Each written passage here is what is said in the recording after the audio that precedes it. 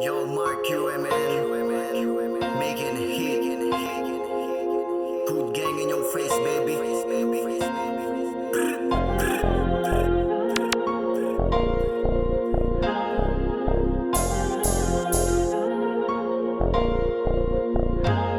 Dating hudrat, tignan mo ngayon ay presko. Daming nagawa na sulat, wala namang bago. Gusto mo ba marinig? Teka, kalma iho. Abangan mo lang masunog ay niluluto.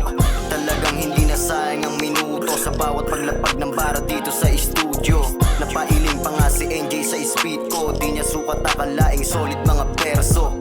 Teka sandali, balikan ng istorya kung paano to nagsimula yung rap na tunog lata. Yung panahon na yun kapos walang wala, pero sa isip namin nung basta kami ay masaya. Hanggang sa magtuloy-tuloy na simulan naming karera. Maraming mga kupal na gusto kaming masira, kaya aming desisyon umusad kahit di kilala. Kasi baka pumutok at biglang bumenta.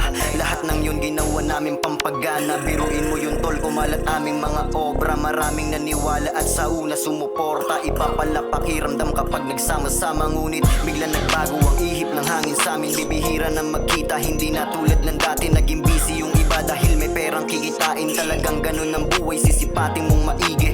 Sa ngayon kanya-kanya mga proyekto. Daming kakulabo, buti naman sumakto. Nagdaang taon, hinasa ang talento. Iba na yung bitaw, luminis at lalong kumlaro. Ang bangis lahat ng mga pangyayari. Totoo na pala to, pangarap ko lamang to dati. O libre ang mangarap, depende sa sinasabi. Pero iba yung ganto, lakas loob lang sa sarili. Yeah, salamat sa naging guro. Siya ang gumabay upang dito ay matuto. Laki ng respeto, mabuting mga payo. Kaya hanggang ngayon bitbit at aking sinaulo. Salamat sa kagrupo at sa tumanggap. Binuhusan lahat ng kaya para sa pag-rap.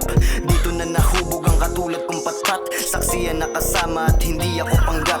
Galing sa baba, alam mo na yun kosa. Tulad mo akong nangarap nung tayo ay bata. Iba ng kahiligang nagawa ko at panlasa. Bilog ating mundo, sulitin, wag magpakasasa.